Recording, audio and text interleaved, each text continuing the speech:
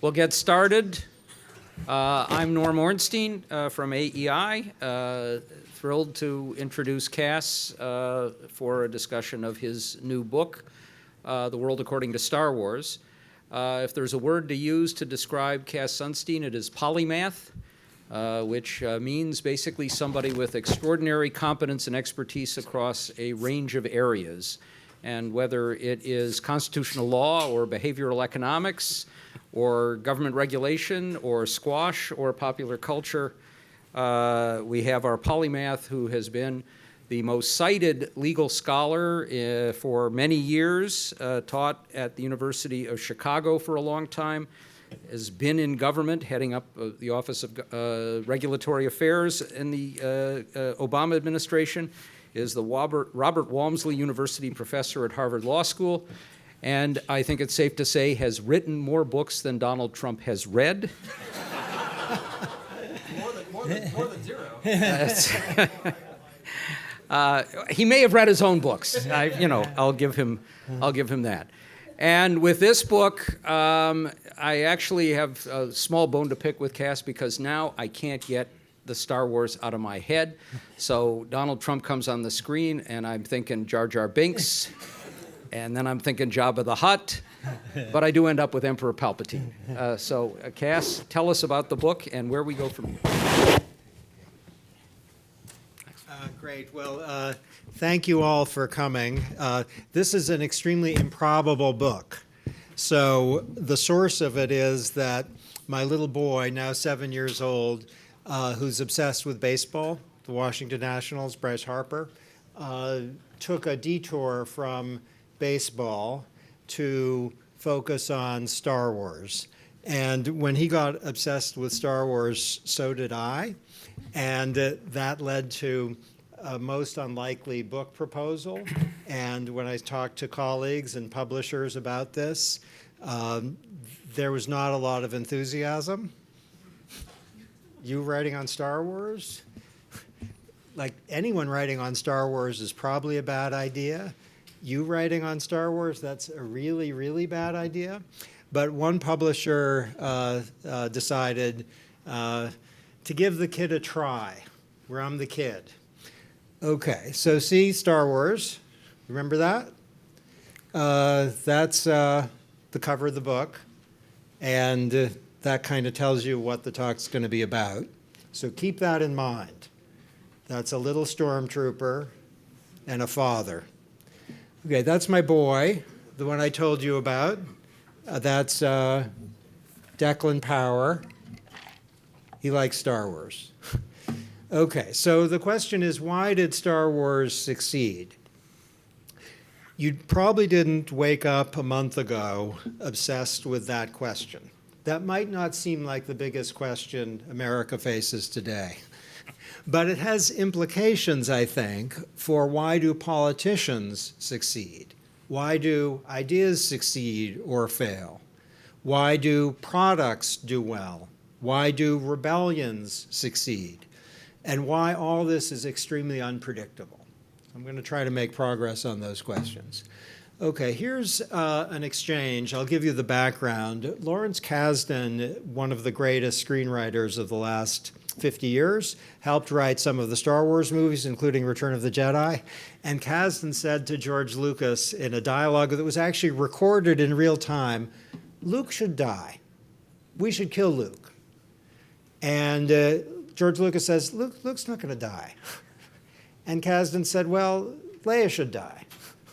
And Lucas says, Leia's not going to die. And then Kasdan says, well, Yoda should die.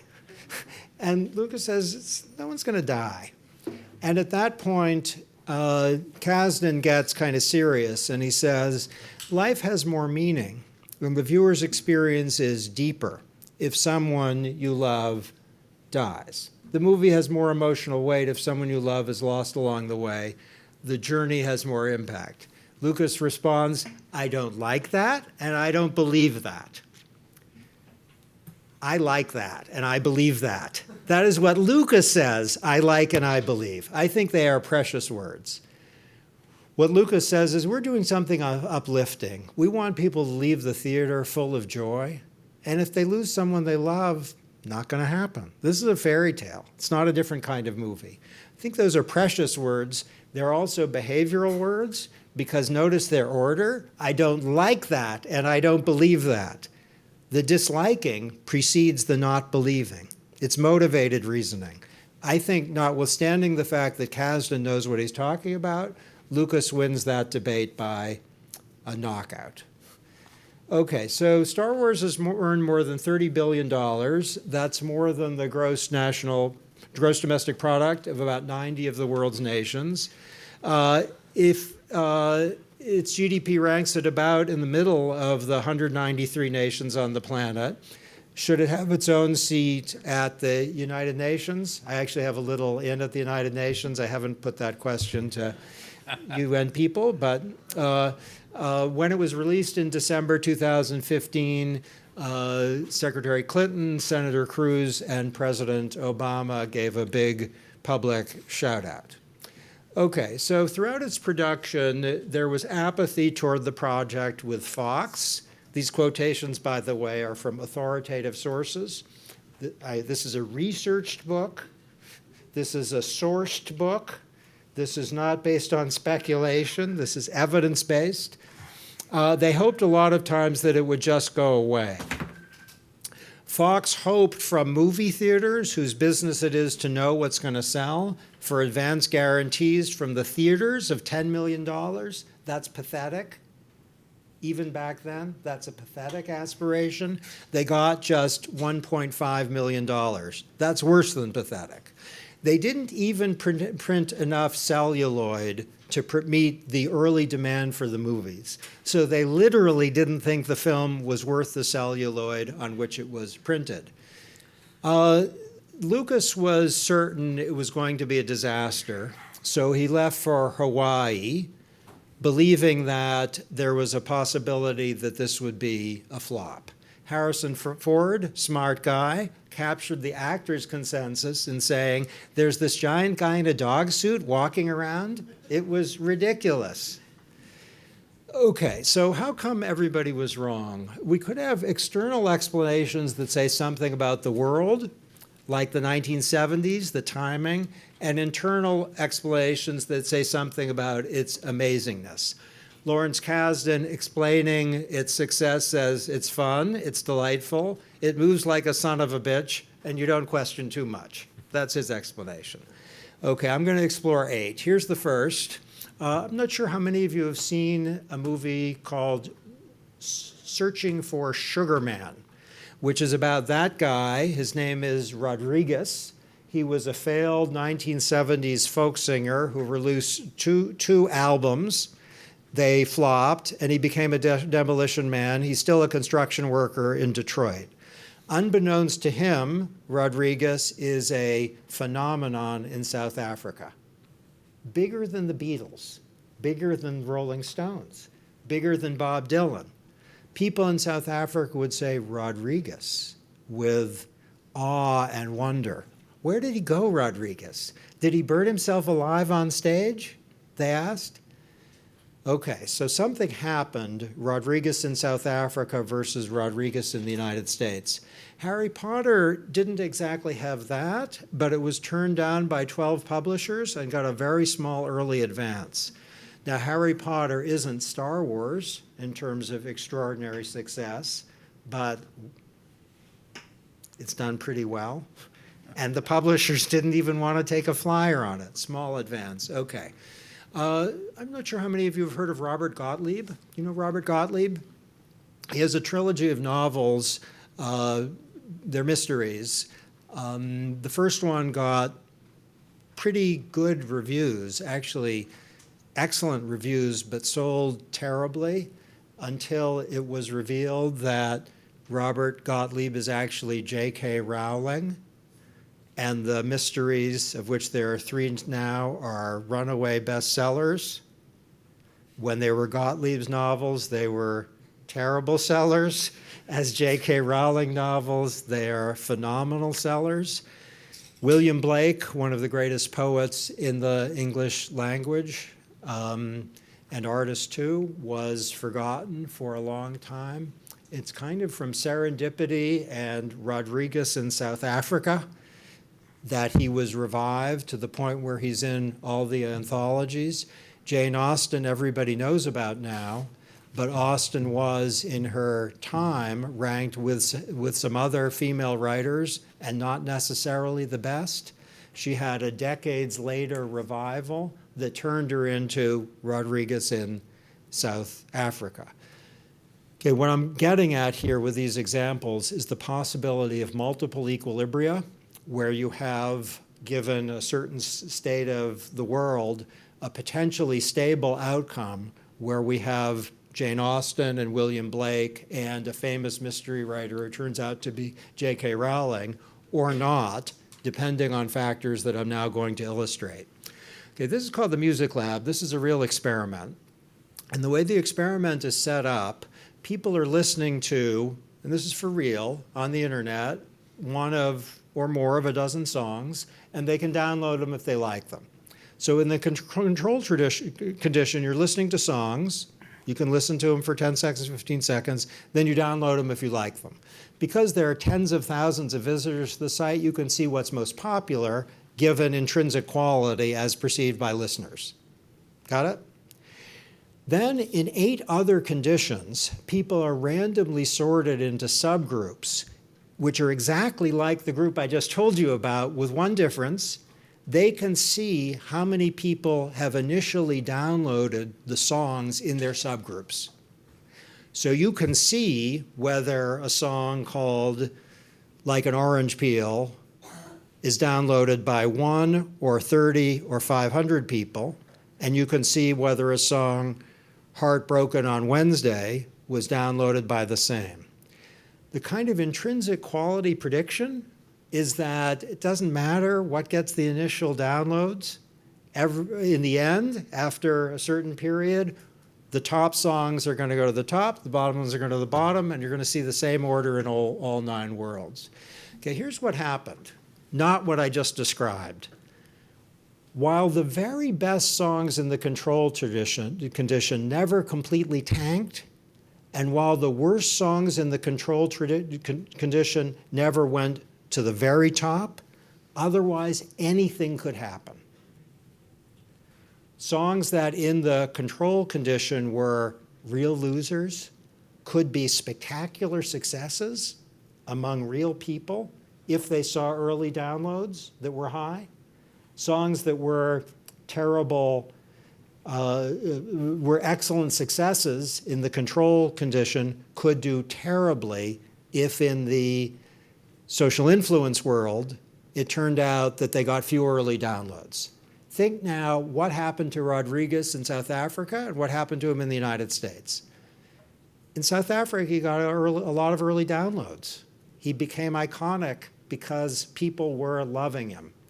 You can see prominent, successful politicians, take your pick, as benefiting from exactly the same process, which is not to say that they don't have merits. You've got to come over a certain threshold to become a serious candidate for president of the United States, but they benefited from something like a cascade effect, where it's the informational content of the early enthusiasts or the reputational pressure placed by the fact that people you know are really liking this thing.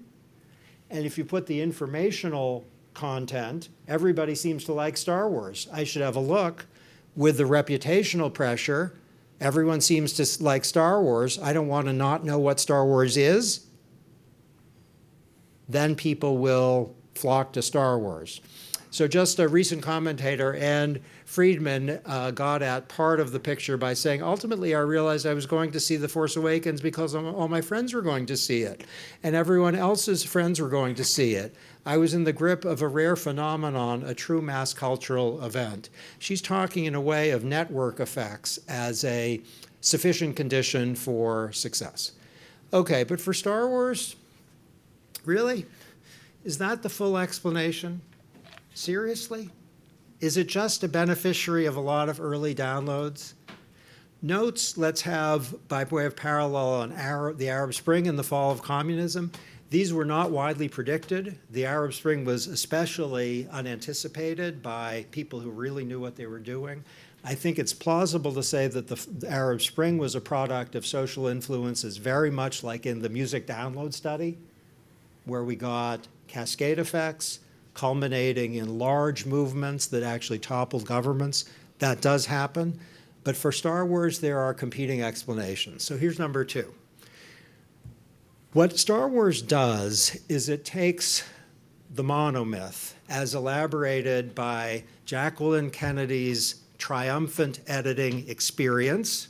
She was the editor behind Campbell's book, The Hero with a Thousand Faces, which urges that myths and religions of multiple kinds are variations on what Campbell called a monomyth, which involves someone who receives a challenge, declines it, finds a mentor, leaves home, is tested, gets help, reunites with home, and celebrates. There are other pieces in the hero's journey, but that's it.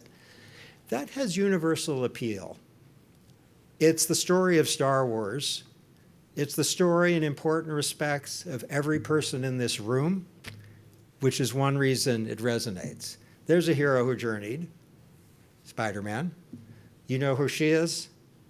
Jessica Jones, Netflix recent recreation of the hero's journey, and it is really great. And there's the journeying hero. Okay, so is this the explanation of Star Wars success? Well, there are a lot of monomyths out there. Most of them tanked. You've not even heard of them. So that explanation is consistent with what Star Wars is, but it doesn't identify the sources of its success.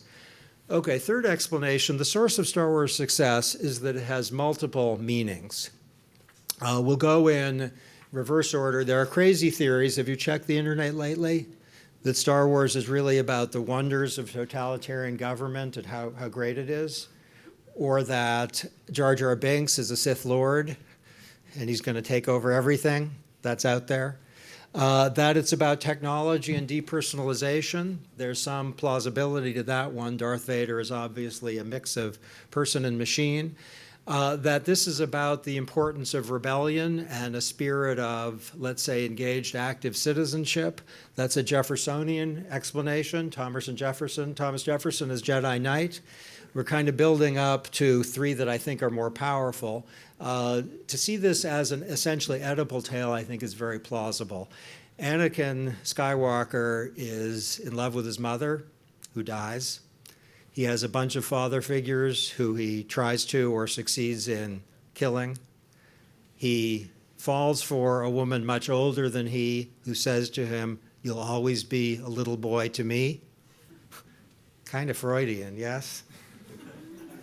Not bad.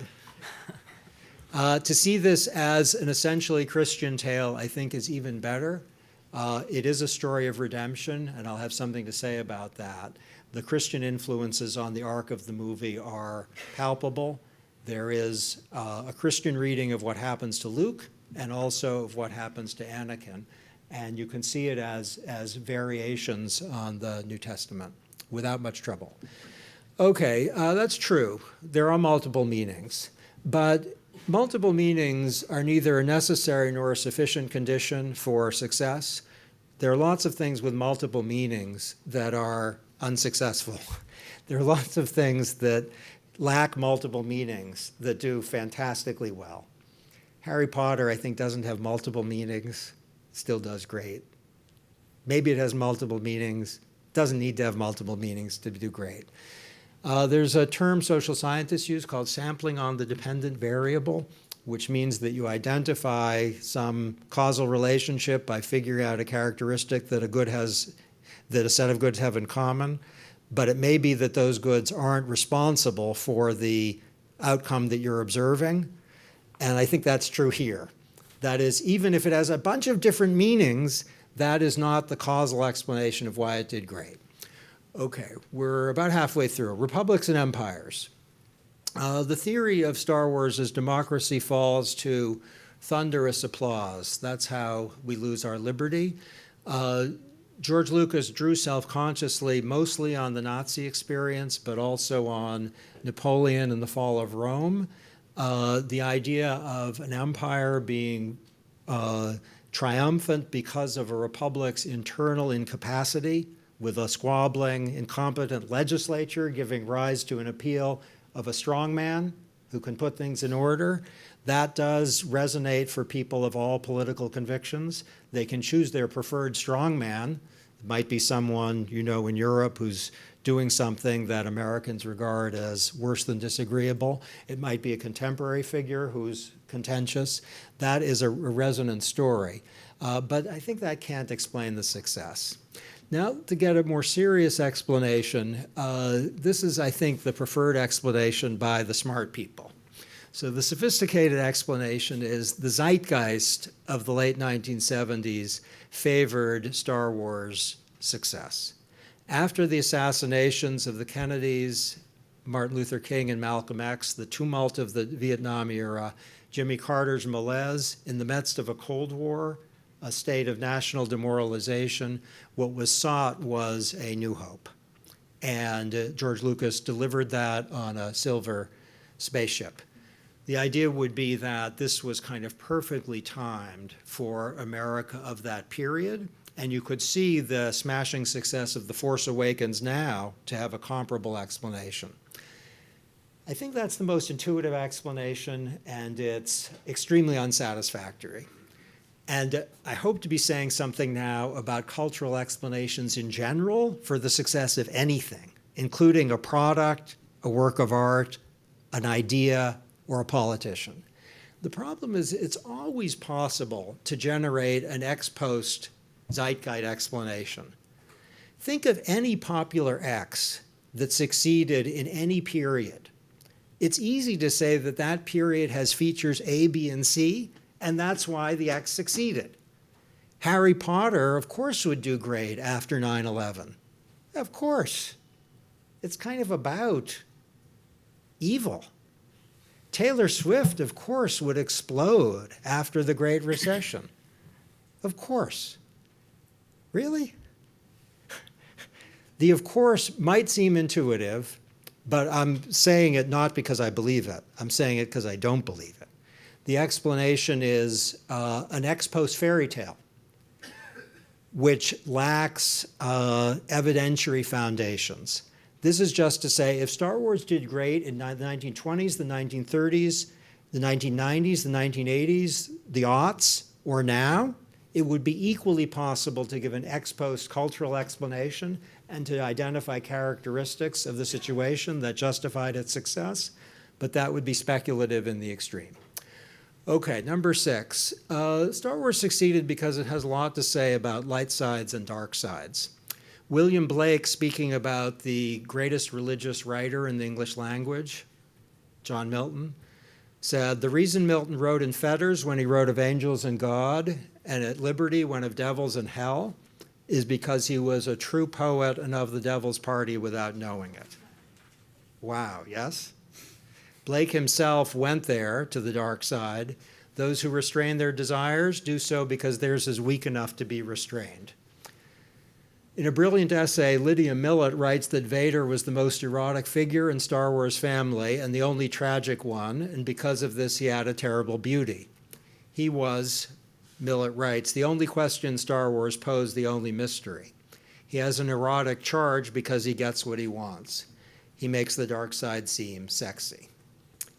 Is that relevant? Yes, no question. That accounts for some of the power of Star Wars. But remember the pedantic words about necessary and sufficient conditions? It's not necessary to have kind of a dark side, an attractive dark side for cultural success, nor is it sufficient. Okay, now we're going to get at something deeper. It has to do with fathers and sons and redemption. Anakin saves his son. Luke saves his father. Anakin saves his son because he is attached to his beloved and unwilling to let him go. Anakin goes to the dark side for exactly the same reason. Luke saves his father, literally, by refusing to commit patricide under conditions in which destiny supposedly calls for that. His father ultimately dies. Luke says to him, I have to save you. And in what is a great moment for a visual artist, Vader, now called Anakin for the first time in the script of the movies, he's Anakin now, says, you already have. That's a tale of redemption. Linked to the story of fathers and sons and redemptions is a tale about agency and freedom. I think it's fair to see the Star Wars movies as libertarian movies. If that's too strong, at least they are liberty-loving movies, big time, with an emphasis on freedom of choice at every turn. The idea in Star Wars is you always have a choice. These are kind of cartoonish movies, but they have a kind of big deal theme about what are you going to do tomorrow when you're confronted with an opportunity to be kind and charitable or not? What are you going to do with your life next week, next year? It's really up to you. Even the Sith agree. It's up to you. Anakin says yes, and Luke says no to the dark side. And they say yes or no, respectively, under essentially identical conditions. The much maligned movie 3, Revenge of the Sith, has exactly the same scenes as the much admired 6, Return of the Jedi, in which Anakin is put the precise same questions that Luke is put, and Anakin says yes to the dark side. Luke says no to the same person, Palpatine. The Emperor, the Sith Lord, thinks that life's trajectory is foreordained. Everything is happening as I have foreseen, he says time and again, signaling the destiny prophecy theme that permeates the movies. Jedi Master Yoda has something different to say. Always in motion is the future. Guess who's right? Yoda's right. Okay, so here's what Star Wars is about. Here's the secret meaning of the movie. By the power of their faith and hope, children redeem their parents. And as every child wishes and hopes, any parent, sometimes successfully, sometimes not, would risk his life to save his child, even if it means a contest with the emperor himself. And when he does, the Force is going to be right there with him. Thus, Tell Your Sister says, the worst person in the universe, you were right about me in seeing goodness in me. So this is Lawrence Kasdan. It's the biggest, recently, the co-author of many of the Star Wars movies, Lawrence Kasdan, who was wrong on the dialogue about whether Luke should die. George Lucas called it right. Kasdan was wrong. But Kasdan very recently, talking about the theme of the movies, says it's the biggest adventure you can have, making up your own life, and it's true for everybody. He's talking about himself, by the way, in his 70s. It's infinite possibility. It's like, I don't know what I'm going to do in the next 5 minutes, but I feel I can get through it. It's an assertion of the light force. So the real topic is the fork in the road and the decision you make on the spot. There's a holler and a whoop in this all-American movie, but it focuses on the most essential feature of the human condition, freedom of choice amidst a clouded future. At the decisive moment, its children are grown, and they announce their choice. That's it. I am a Jedi like my father before me. Sure, it resonated with the time. Sure, it benefited from cascade and network effects, but it was bound to succeed. It's too good. I like that, and I believe it.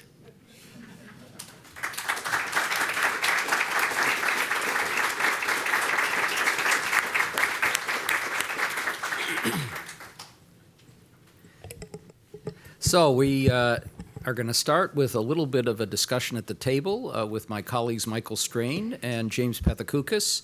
I'll start with a couple of questions, Cass. One is, why were the Fox people so wrong? If it's actually, you're on. If it is so evident, as I also believe it is, looking at the movie, that this is a winner, how could they have been so spectacularly wrong? I can understand believing that a movie is going to be a hit when it turns out to be a failure. The opposite is a harder one. Well, there's nothing like it before. So if you think a movie's going to do great in a studio, it's typically because there's some analogy that you can say, it's like that and that was great. Or at least it has some familiarity in terms of genre. So the idea that there's this guy in this dog suit, Chewbacca, and there are these swords that are, going with each other, and it's there's this farm boy who isn't a very good actor on this in Tunisia. I mean, you'd have to be pretty visionary to know, or at least you'd have to not have convention in your head to know that that would do great.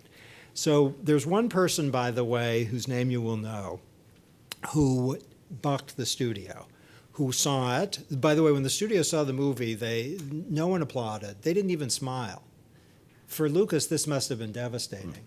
But there was one person who said, this is the greatest movie ever made, Steven Spielberg. And I think it's because a youngster who wasn't bound to stuff.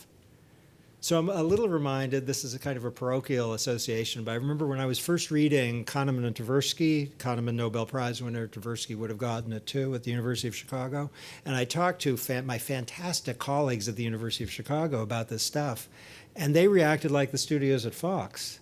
They said, this is useless. And these are really good people, some of whom themselves have the Nobel Prize.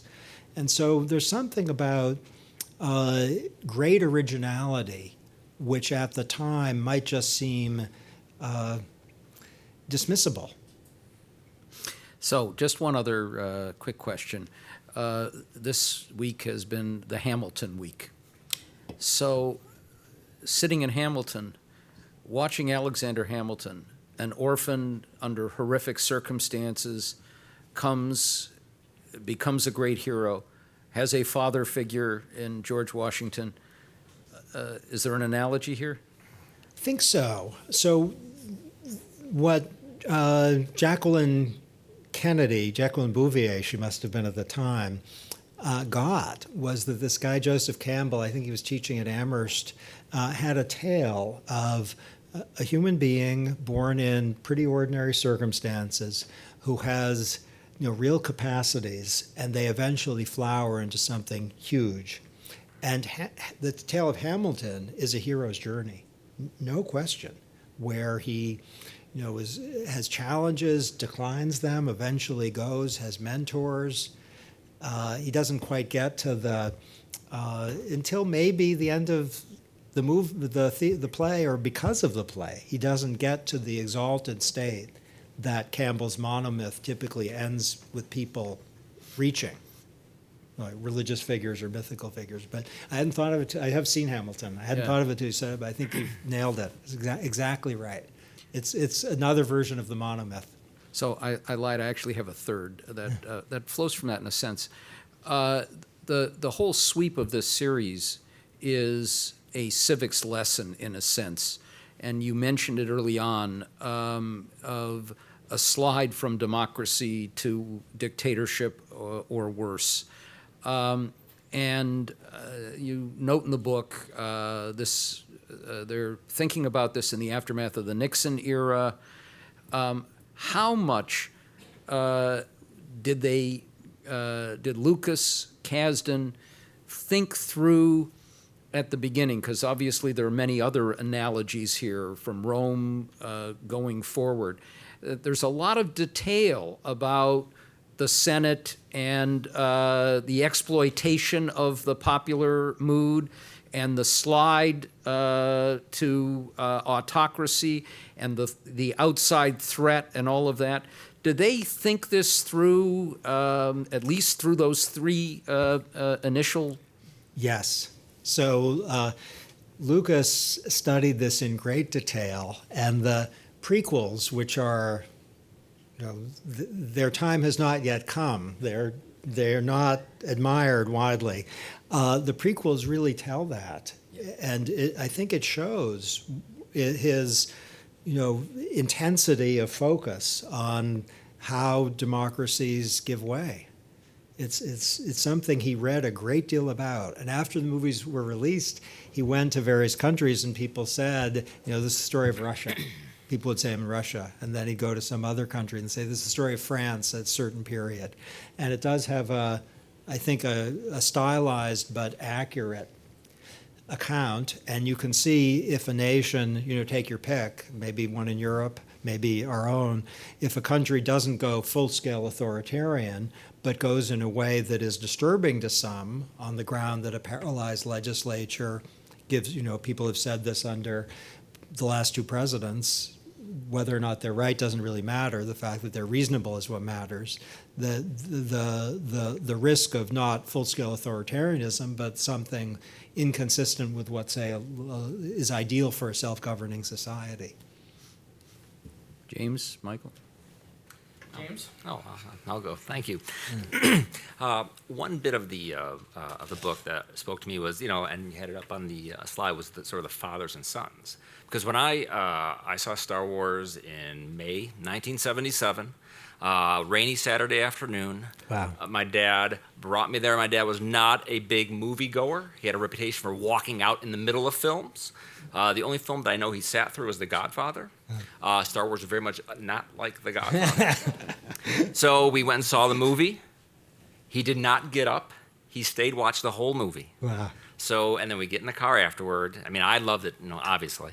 That's one reason why I'm here. And so I just turned to him and said, well, what'd you think of it? He said, that was the worst movie I've ever seen in my life. What a clunker. No one's going to see this movie. It's a flop. I was unable to redeem him. And he wasn't even a Fox executive. He was not even a Fox executive. He was wrong. I saw it 4 more times that spring and summer, many times since. Now, I'm a Star Wars fan, and I'm also a Star Trek fan, which leads me actually to a question. In his book 0 to 1, venture capitalist Peter Thiel, he writes about his early days at PayPal, and he says, we worked well together because we were all the same kind of nerd. We all loved science fiction, but we preferred the capitalist Star Wars to the communist Star Trek.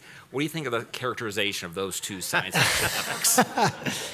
Well, I think it's fair to say that Star Wars is capitalist in the sense that it's freedom-loving.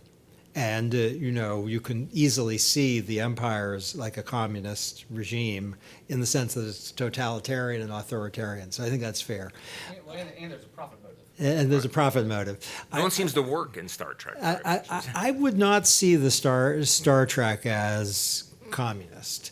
I'd see the Star Trek as, it has another form of Americanism, which is, the Enterprise, I always think the Federation is the United States, I always thought, and the Klingons are kind of Russia, and the Romulans are China, and we're the good guys, and we believe in freedom. So, there's the Klingons are all, are you amazed and a little dispirited? I know this stuff. We can talk if you want about Section 553 of the Administrative Procedure Act.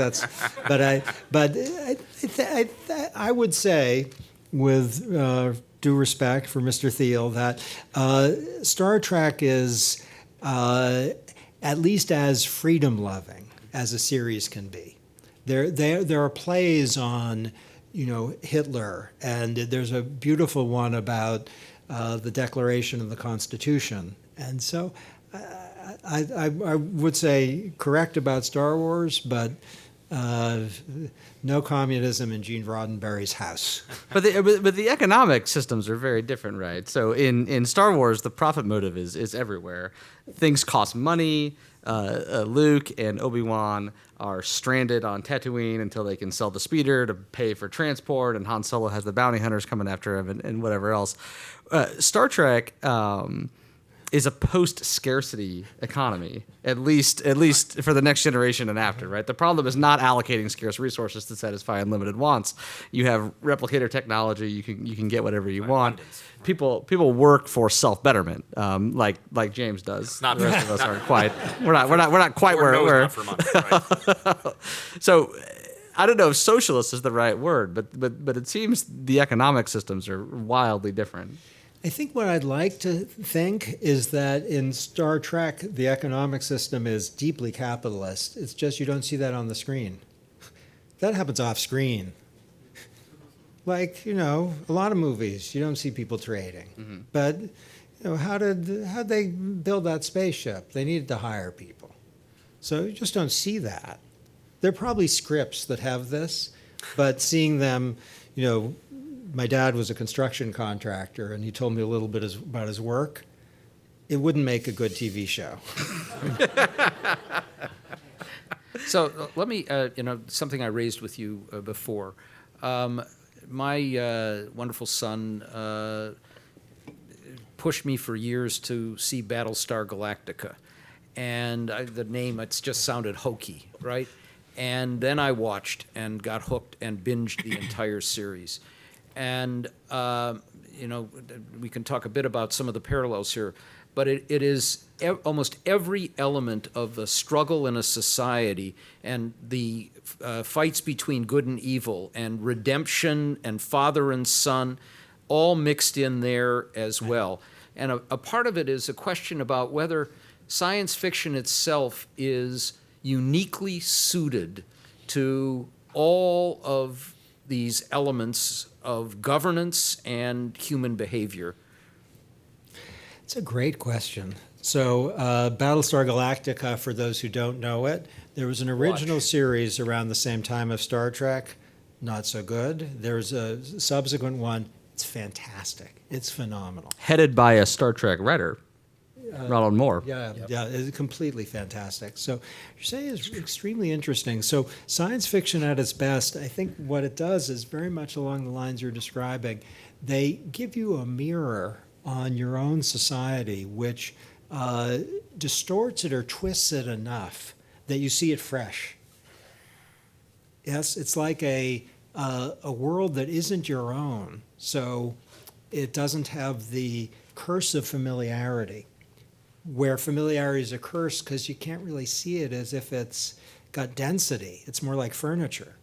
So when you go to a new country, often, at least I have this experience, everything is alive with color and meaning because it's not furniture, where Washington, D.C. is completely amazing. But if you live here or come here a lot, it's where you live. And science fiction has that feature. So when they do something creative about fathers and sons or about economic systems or about government, if it's done right, there are sparks in your head that you don't have when you think about, Congress. Different kinds of sparks. And it frees you from kind of the normal bounds of the physical and social world, right? I mean, if you want to think about racism in the context of science fiction, you can go to X-Men. And you can think, what if racial minorities had the ability to kill every member of the racial majority with a thought? And that allows you to explore some of these themes in different ways. With Star Wars, what if the Empire is so evil that it's trying to destroy entire planets? And what if there's a small band of good guys that have the force of good on their side, but the force of good can allow them to block bullets with a sword? And so you can explore these themes, I think, in more depth because there's more creative ability. Yes, I'm thinking as you talk, Jessica Jones, my current enthusiasm, there's a character in it who has the ability to control our hero's mind. And it's both very arresting. But on reflection, the reason that's arresting is probably everyone in this room at one time in your life, you've had a feeling of being in love with someone you really didn't want to be in love with, who had a kind of control over you. Probably not as horrifying as in Jessica Jones, but you feel, I want to get out of this, but I can't quite. And because it's science fiction, they can put it in such a stylized way that it tells you something. But I would say the other striking element about Battlestar Galactica is it's about technology that you use, and it's wonderful, and it makes your life so much better, and then it goes out of control and turns on you.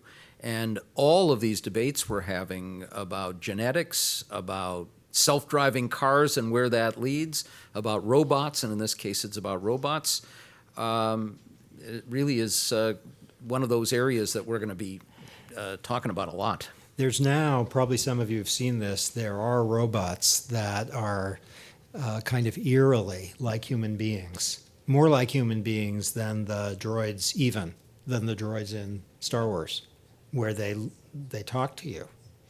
And Star Wars does that with C-3PO, but it's kind of recognizably not a person.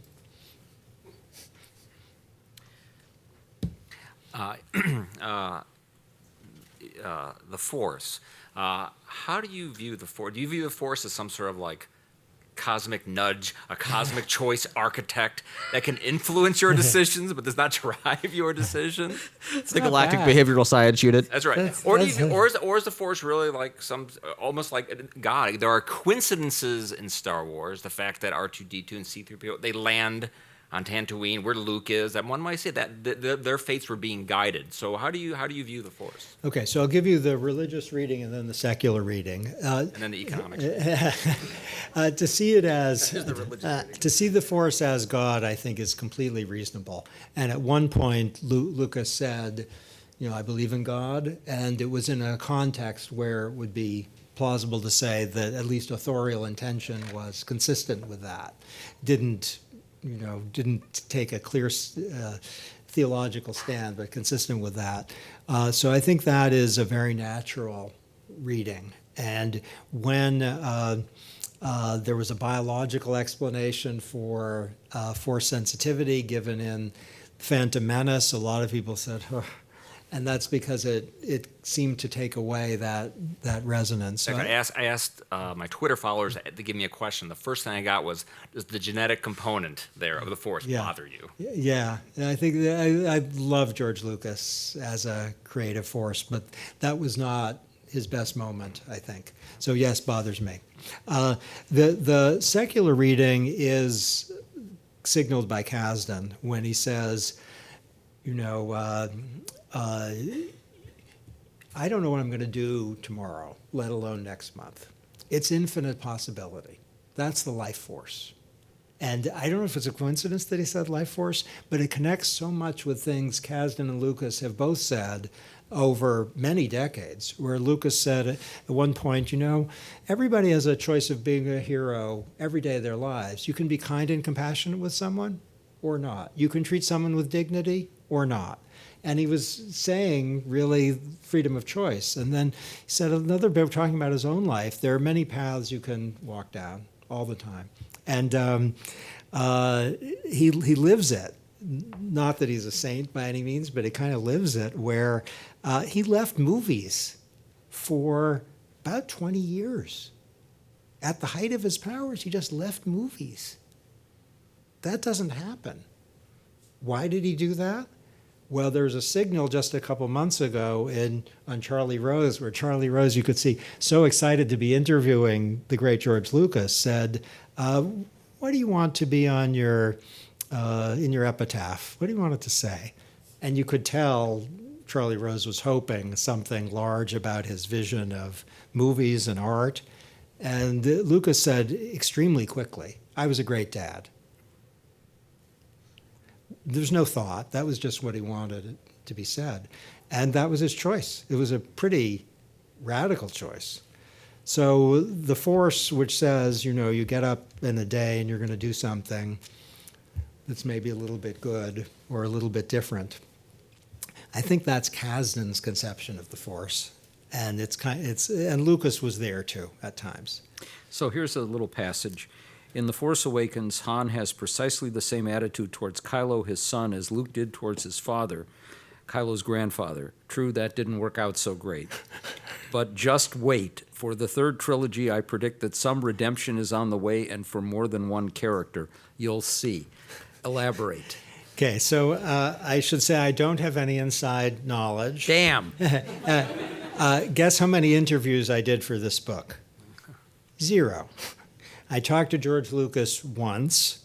It was at a fairly large event. Someone introduced me to him and said, Cass is writing a book on Star Wars. And I think he said, isn't everybody? Yes. And then he just wanted to talk about, international politics. He didn't want to talk about Star Wars. So I have no inside information. Okay, I think the fact that, spoiler alert, start thinking of a really irritating but seductive song and playing it in your head if you don't want to hear a spoiler. Can you hear some song, some really irritating? Okay, you're going to get a spoiler. The spoiler is that Kylo Ren kills his father. I think that's a big mistake. Artistically, I think that's his father, Harrison Ford. I think that's a big mistake in the movie.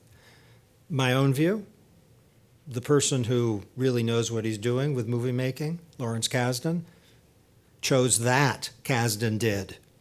The Force was not with Lawrence Kasdan. But if there's a response to be made to what I've just said, it's that Kasdan has an arc in mind by which Kylo Ren will be redeemed. And to be redeemed, you have to be horrible. Darth Vader says 5 words in A New Hope. He's horrible. Kylo Ren's a kid, kind of he's Darth Vader wannabe. That's not horrible. It's kind of trying, meaning attempting. And to be redeemed, you have to be a sinner, big time, not a kid. And committing an act of patricide, that makes you a sinner. And so he's going to be redeemed. I expect we'll see that for 1 or 2 other villains in the movie, because these are tales of redemption. Let's open it up to the audience. We have some microphones here, and the rules are you raise your hand, you'll wait till the microphone comes, you will tell us who you are and where you're from, and you will ask a question, not make a statement. Okay, let's go here and then here.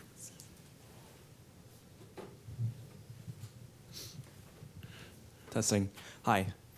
Thanks for sitting up here and having, not laughing while you guys are having a serious discussion about Star Wars. So kudos to you guys for that. So my question is for Mr. You didn't hear the rules, evidently. Identify yourself. I'm Winston Du. I'm an intern here at AEI. Okay.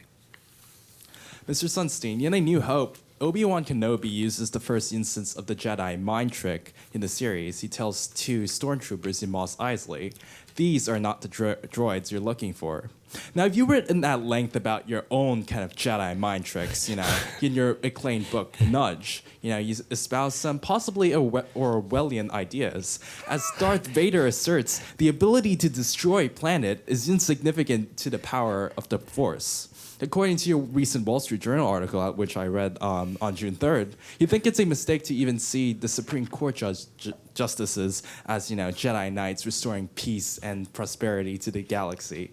What makes you think that entire governments can be well-intentioned enough to, kind of use this, idea of the nudge? Okay, so there's a lot there. I loved much of what you said, and my favorite word is arguably, inarguably Orwellian. So thank you for that.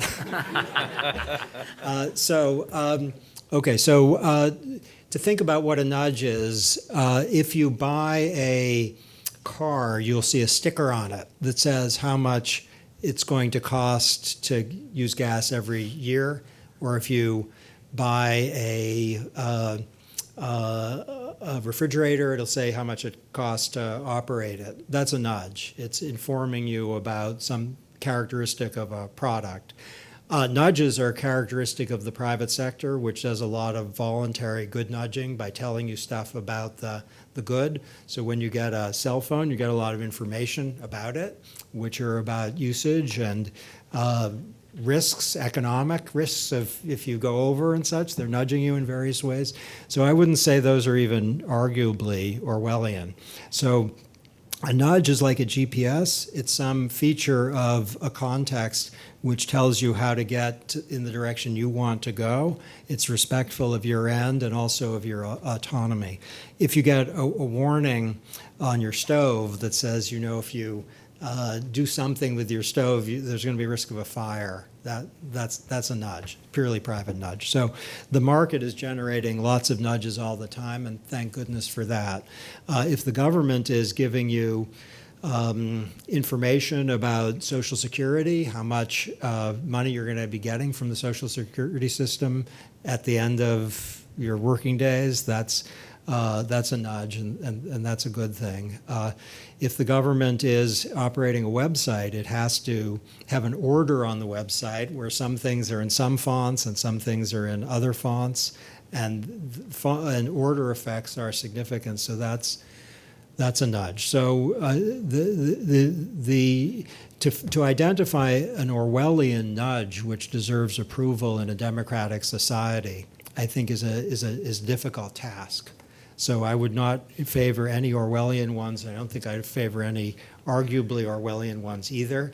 The ones you might object to would be default rules, like your cell phone has a lot of default settings on it. Your employer might will have default relationships with you in terms of savings and other characteristics of your arrangement, which you can alter by freedom of contract. The government sometimes promotes default rules like automatic enrollment in savings plans. That's something that seems like a great success. And since having no default rule is not feasible, to deem default rules arguably or actually Orwellian is, I think, challenging. These are not the droids you're looking for was not a nudge. It was a form of manipulation, and it was a mind trick. So I'm not for that from government. But you are for that from Jedi. Well, I think under extremely difficult circumstances where Palpatine has taken over and there are hardly any Jedi left, the American revolutionaries did some stuff which under ordinary circumstances we wouldn't be excited about. What about when Obi-Wan stopped the guy from smoking I don't remember that. in the bar? Oh. Put those away. Go home and change your life. Oh, I thought that was about like violence and such, not about like lung cancer risks. But in either case, if it's violence, I clearly approve. And private people telling other private people, maybe you don't want to smoke, that's okay. I must say, for the last year, there have been many times when I've said to myself, these are not the candidates you're looking for. Another story. We had a question here. Hi, Erin Mundell. I'm a journalism fellow here. Tempted to ask you to respond to Bill Kristol's comment that the Jedi are just a religious death cult, but more specifically, or more broadly, you spoke about some of the themes in science fiction, that science fiction invites a certain set of questions. Now, one of the other things that we have seen come about as an interest in popular filmmaking is fantasy.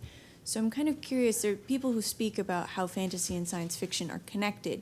How are they different, and what does the one show that perhaps the other does not? It's a great question. The Bill Kristol one's a little easier. The Jedi are not just a death cult. They're restoring peace and justice to the galaxy. They're saving lives, though, of course, there's some bad things that happen on the way. So, yay, Jedi.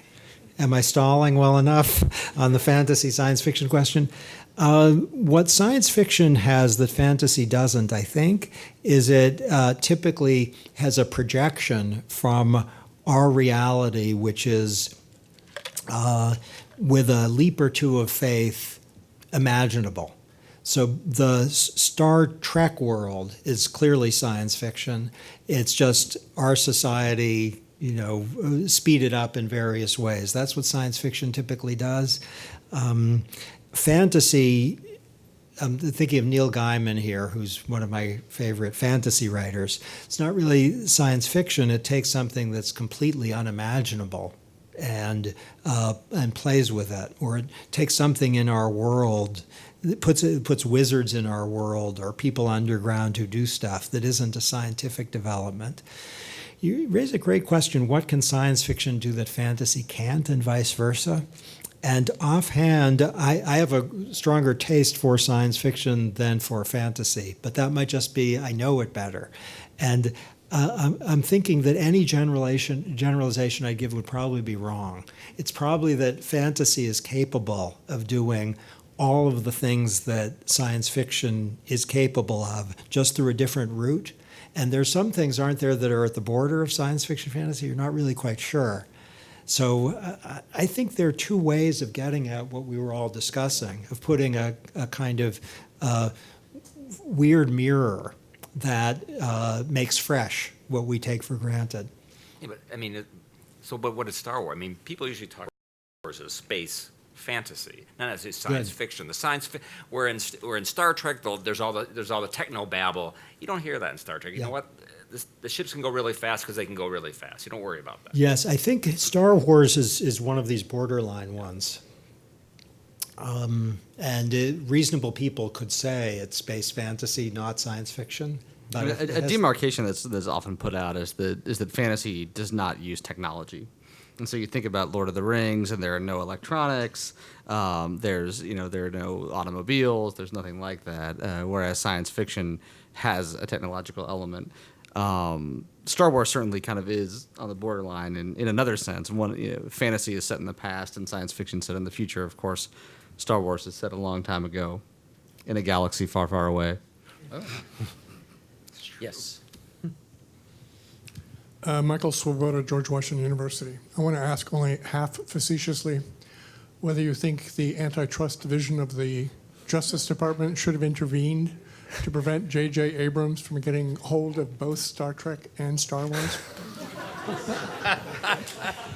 Well, as a Chicago school antitrust guy, the answer is probably not. As a observer of the movie world with Chicago training, I think the answer is also probably not, on the ground that Abrams doesn't have monopoly control of either franchise. He has a voice, but Lucasfilm/Disney controls one, and I'm not sure who, but somebody else controls the other. And so probably the antitrust division has other fish to fry. As a consumer of those products, it scares me to death. And if the government wanted to use its monopoly power on violence to stop that from happening, I might look the other way. I'm very worried, I should say, deeply worried. You think I'm going to say about the election, about the next Star Wars movie. Yeah. But I don't know that that's because of anything monopolistic or something even great franchises sometimes don't deliver. And maybe we'll be happily surprised. Although, one interesting thing that flows from that is, as you point out in the book, this most recent version is effectively a remake of the first one we saw. And that would suggest that the next two are basically going to be just like episodes 5 and 6. Okay, so George Lucas, bless him, said, I think in an incautious moment on Charlie Rose, that they gave the audience what it wanted, and the music of his comments was, this is a pleasing, artistically inferior effort.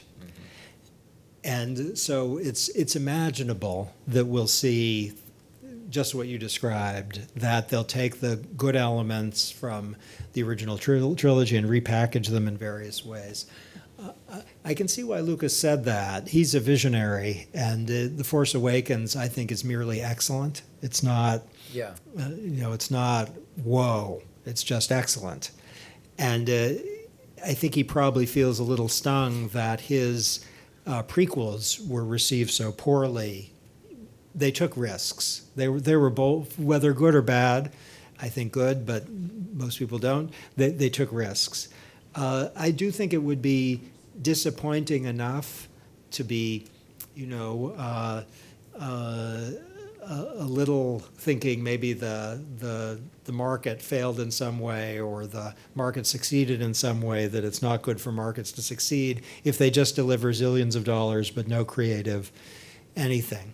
If that happens, I, for one, will still think, Star Wars, yay, make 100,000 of them. Well, I must say, at the end, when the last scene is Ren with Luke, you just couldn't help but look at him as the new Yoda and her as the new Luke, and that we were going to go through that same thing again. Okay, so one thing that seems to me extremely interesting about Star Wars, about narrative creation, about constitutional law and politics, is that and it's the same, it's about narrative construction with bounded creativity. So take a judge of great distinction, let's just name one, Judge Williams on the DC Circuit. When he's confronted with a problem, he has a bunch of episodes he has to deal with. Some are from his own court, some are from the Supreme Court of the United States. You can't just treat a prior episode, a Supreme Court ruling, as a dream, and then you just make it up again. You can't do that. You have to be faithful to the episode.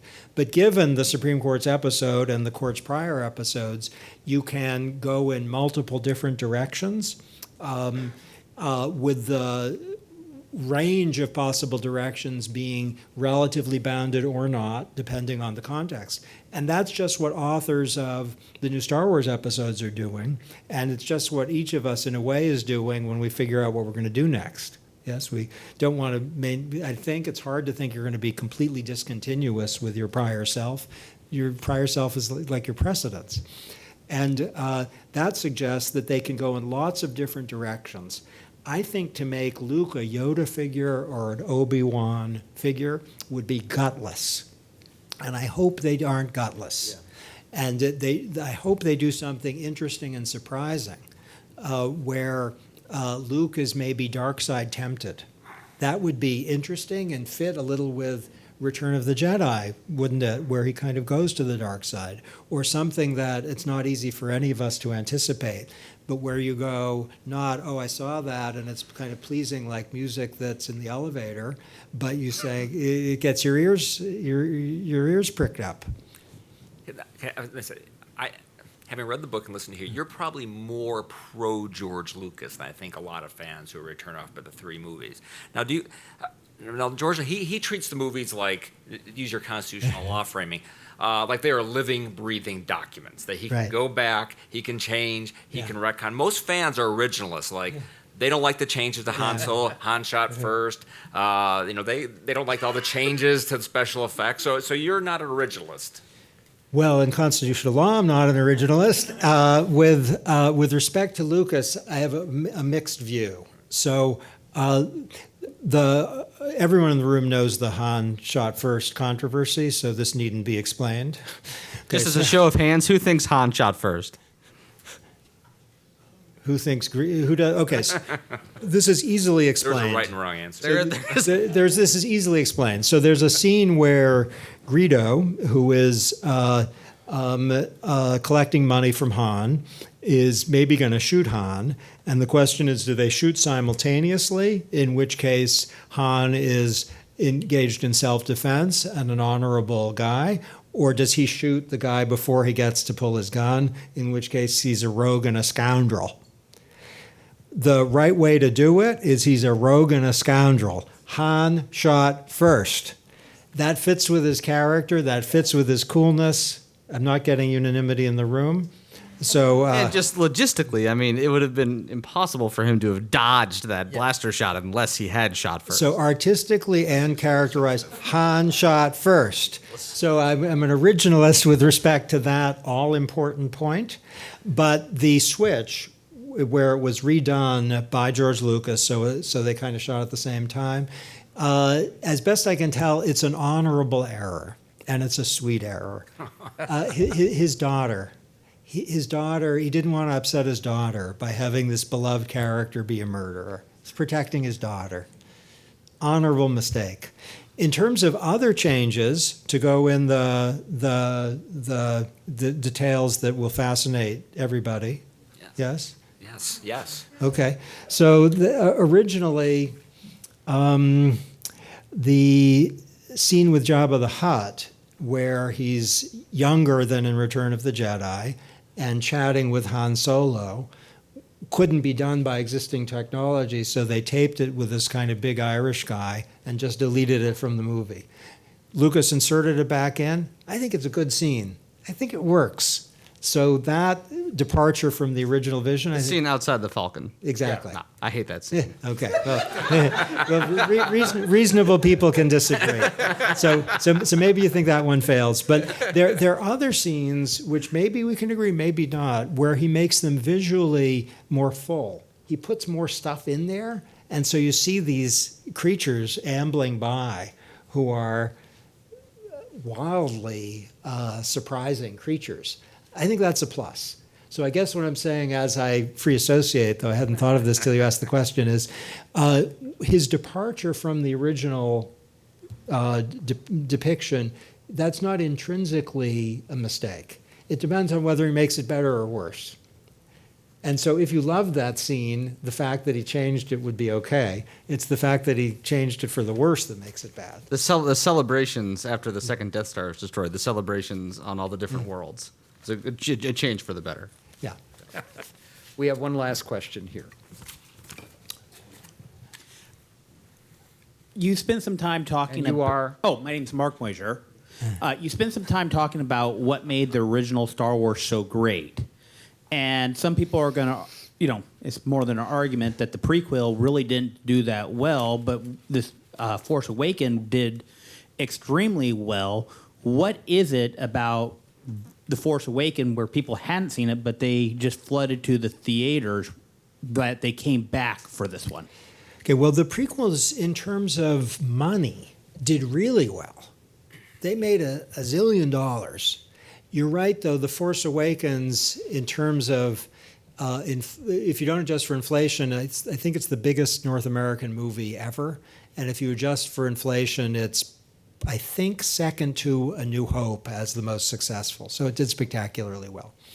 Why did it do better than the prequels? I think two reasons. One is that a big nostalgia. So people wanted to see Star Wars again and had an intergenerational, magnet quality. The other thing is that A Force Awakens, with Kasdan's help, moves like a son of a bitch. And the prequels just didn't. Can I add two answers to those, which I agree with? The opportunity to see a Han Solo in the sunset of his life, I think, was a huge draw. And the fact that there was intimations that Luke Skywalker would be in it, though how big a role he would play was up in the air, was a huge draw. Seeing Princess Leia and the fact that the studio allowed her to actually age and to look like a woman of her biological years was a huge draw. And secondly, I think the movie previews were just incredibly well done. I mean, I watched those previews. I probably watched the previews 200 times over the course of 6 months. I watched the previews after I saw the movie. If I need a little pick, I had to do chores around the house on Saturday morning. I need a little pick me up. I watched the preview. It was Sorry, dear, I can't do the dishes. Exactly. I'm watching the preview. That the Phantom Menace went off track. The second sentence of the crawl, which was the taxation of trade routes to outline star systems in dispute. You cannot begin with the words taxation and trade routes. That's good. Although I will tell you, when Hamilton gets into the assumption of a state's debts and makes it stirring, yeah, there's a lot you can do creatively. So, thank you all for coming. This is not the typical kind of event we do, but I think we ought to do these more often. Thank you. And the cast.